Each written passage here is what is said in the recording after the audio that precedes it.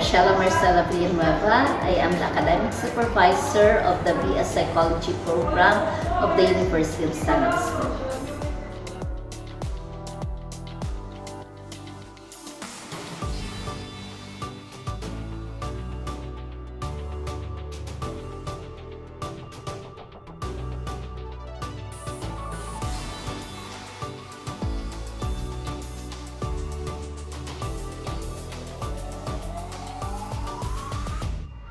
Project kaTUWAng is a collaborative activity between the University of San Agustin and the Iloilo Provincial Government through the Iloilo Provincial Population Office.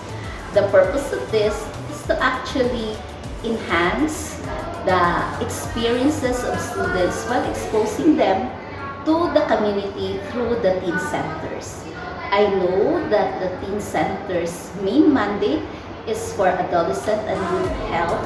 And well, we try to supplement this with our advocacy on mental health.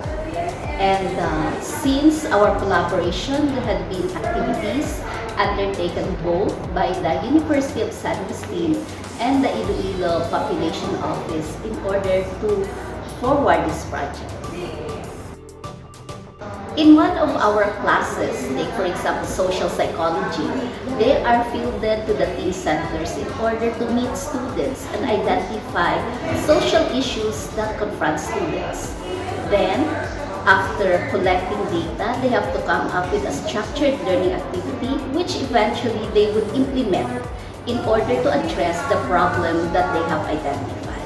So these are just some of the things that our students do in the teen centers. Ang CITESEL, ang among organization, dugi na push gid kami nga mag-conduct sa mag-OJT sa tanan nga province ng Iloilo. Kay nga may teen centers, kay bala nila nga kulang gid ang mga people dito. So even though nga at first though nahadlo kami kay malayo, kag hindi bang kami taga Iloilo, I'm from Capiz pa. So may hesitations pa kami nga para gid manibay sa amon. But the thing is, the purpose of psychology talaga is to help people. And adolescence is a very crucial stage talaga sa life. Okay, they are experiencing a lot of crisis sa ilang identity and other aspects. And gin-push gid ni Ma'am Shella, amon nga academic supervisor, na you need this, ang exposure. Kay it's not about just the OJT nga makatapos lang. It's just the experience nga para mag-prepare pagid sa among nga future. And sila gid na sir nag-contact sa mga connections gid nila, personal connections, para lang gid nga maka push through gid kami sa among OJT diri sa teen center. Actually, sir, ang teachers lang namon ang nag-assign sa amon. So, wala gid kami expectations so una kung diin kami i-assign muna. And also, very excited man to know kung ano ang mga amon nga ulugrahon, diri ang amon nga mabulig sa teen centers. Since from second batch here sa teen center sa Laganak sa High School. Since ilang time, very busy nga for them kay it is Career Guidance Week and Symposium. From the feedback, sabi nila, it's very hectic schedule for them. And it is a busy nga time for them. But the thing is, they were exposed sa different kinds of activities. So it was a great practice for them as a psychology student na mag-expose to certain activities. Teen center, ano mga pag-aubra? Sa amon, ma'am, sa ako ng pag-intindi, ma'am, is to assess the students kung ano ilang needs, kung ano ilang mga problems, kung ano amon man-help sa ilang mga programs, mga ma'am. Tapos through that needs nila, kung na i-assess, ibatan namon objectives, then dira masulod ang training programs nga ginapanghimo naman din sa una. Kag mayra kami subject nga daw dako iabulig bala man sa creating programs mga malakay may ara kami mga ginpangbuhat ng mga SLEs, programs na kung ano, kumbaga da mapili lang para kami ma'am sang amon mga na kumabalaan namon ng problems ng students kag tira mo na kung diri kami the way apply na namon kung maka-build na kami rapport with the students. Yeah, of course, sir. Meron kami expectations because we came from Calumet. So, ang amon to nga gina-handle are those the work na, and we went sa may dynamic, which is may mga mental illness, and this time, naida man nag-handle namon sa variety of students. So, I expect more of the exposure sa may guidance bala. Not just ang guidance, pero ang assist bala, and also interaction with the students. Bala, kaya syempre, in a way, this is in line with our work with bala field namon. Variety of people ang mamit namon. So, in order for us to know how to approach them, to know ang mga recent problems na experience sa mga bata, and also kung paano kami bala ka-address sa ilang concerns. So, I think muna siya ang, for me, is ang gina-approach na gusto ko mabalan is to how to handle the experience and apply gina siya sa amin. Teen center heads may also benefit because oftentimes teen centers are undermanned. Therefore, they would provide additional manpower to implement more of the preventive programs rather than simply as intervention of already existing programs. Sa management sa center operations. Primarily, kay small school lang kami, yet we do have a bigger population. Hindi na siya all the time na are available ako to supervise. That's number one. Plus, I have full load, mga 6 classes a day. So, hindi na siya makatapat. So, with the help of the OJT students, the management will be everywhere. Tapos na, kaya may natabantay, hindi mo gaunay sa kabataan. Ay before, hindi mo man maklose ang teen center even though may klase. Good morning, everyone. I am Maria Jubelo P. Bolivar, registered guidance counselor and a teen center coordinator here in Leganes National High School. So, first and second batch na experience ko is very helpful gid sila iya kay may mga program ako na nakabulig gid sa ako, like for example career guidance, nag 3 days ako nga career guidance, so naka-help gid ang mga OJT from University of San Agustin sa ako nga career guidance, and then may symposium ako, bullying symposium, wala sa symposium dito na mga ng mga titles dako gid ang help sa akon sang nag-intern ta OJT diri sang mga taga San Agustin. Kay balaan ko ang San Agustin, wala na ko makambal. Kuan gid sila yes, okay ako naming ilang performance, and nagapa-thank you gid ko yang ginbutang nila sa akin sa San Agustin. Pero next year kumiyara pag hindi na ako mangindi iya sa basta San Agustin. Pero ang sa iban. So yung guidance counselor, so may alak kita kung lodaan naman sa teaching man. So when it comes sa mga referral, bala, di ako lang isa for the junior high school. Ang referral, hindi ko niya makarapalan. Istorya ko na walang refer sa referral sa mga advisors na sa mga bata, walang istorya ko. So hindi ko siya makarapalan. So ako medyo very thankful. Ako nagpadala sila diya, One of the Agustinian graduate attributes that we would wish our students to develop is to become transformative community builders. Being in the community through the kaTUWAng collaboration gives them a venue by which they would be able to practice this while being a student. Thus, volunteerism is developed in them, and that they think not just of themselves, but of the greater good as well. And we could do this hand in hand through this collaborative For me, I think it's a privilege to be part of something that big. We went in there with little idea of what actually the role we're playing, but that's a bigger plan. We went in there thinking we're doing this for ourselves, for our grades and stuff, but actually we were a piece or like a vessel of something bigger impact. I think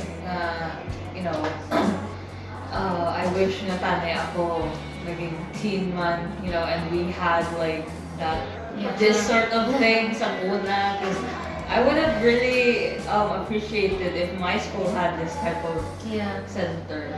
And nakita ko man to pagsulod ko, there were instruments, and I was wondering how many, and it was really cool actually.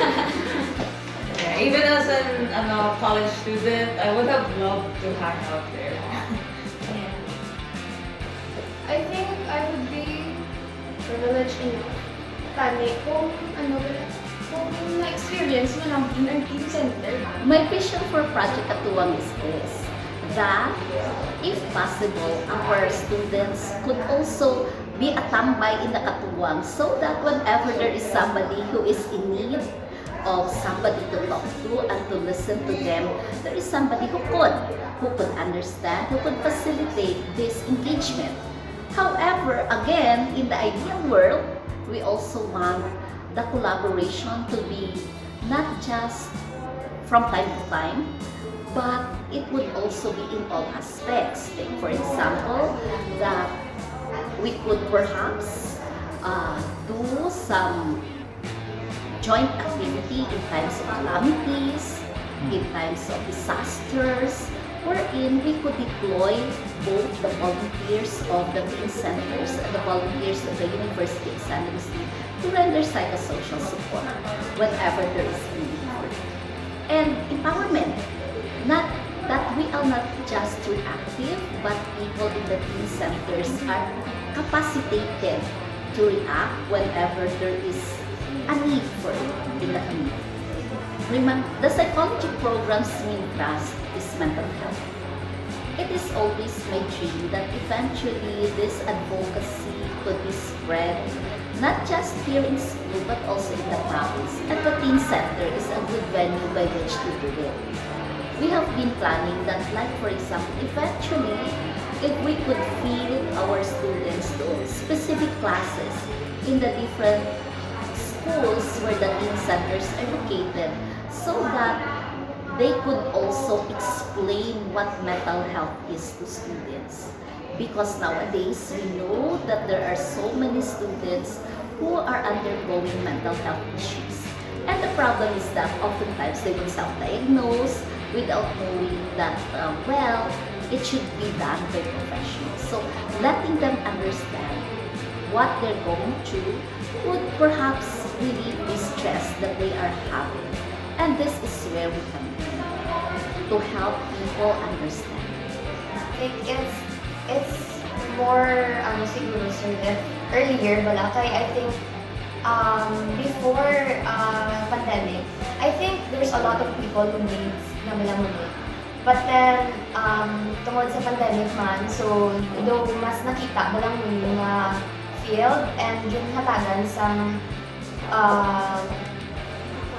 importance. But then I hope like sooner bala kay I think damo siya mga buligan sir. So,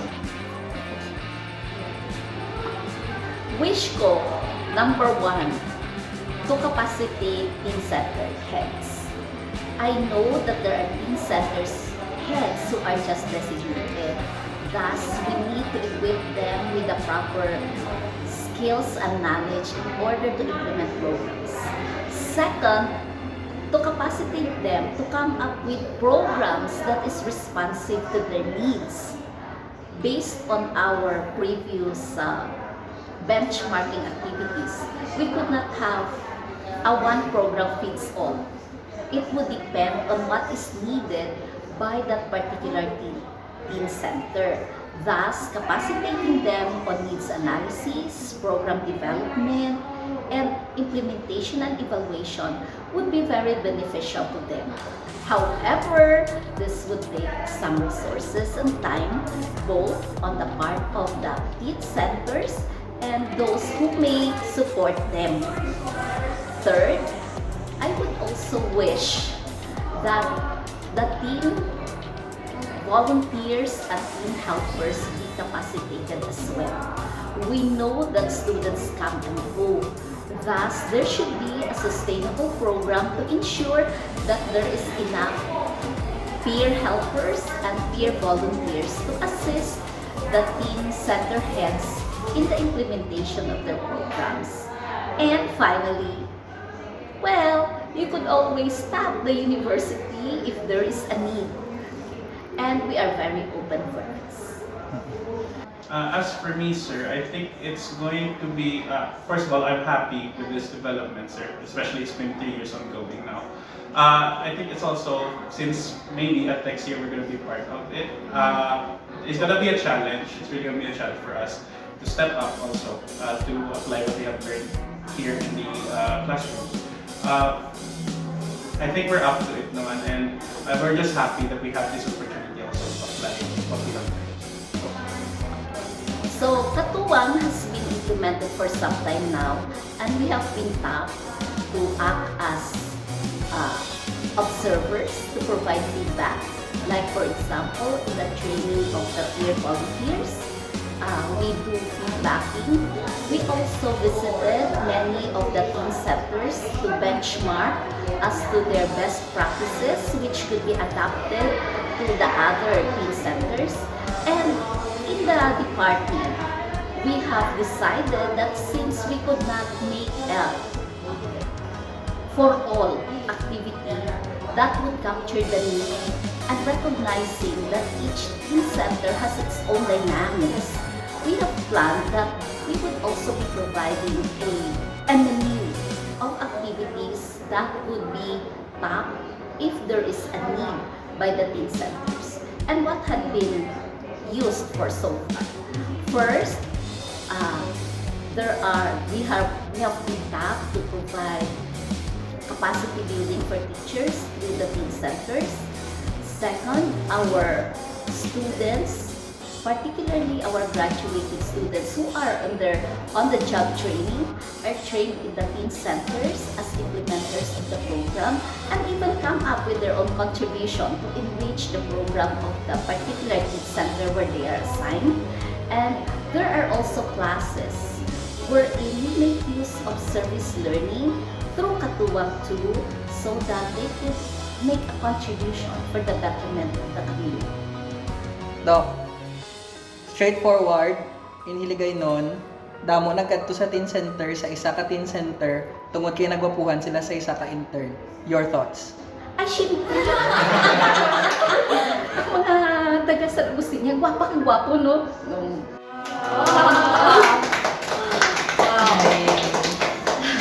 It's same lang sir na okay lang man basta mo na in moderation lang and May boundaries and may limits. boundaries sa student. Eh, in reality, mga bago na dito. Mga nagkasalanan. I'm keeping that footage. Pero the thing is, they have been made to understand that, well, you also have to present yourself because you will be representing the University of San Agustin. Therefore, you have to create a good impression, not just of the school, but our profession as well. Because, remember, who we are is a reflection of where we came from. And basically, we are here because we want to help people. And kaTUWAng is a venue by which we will be able to do it.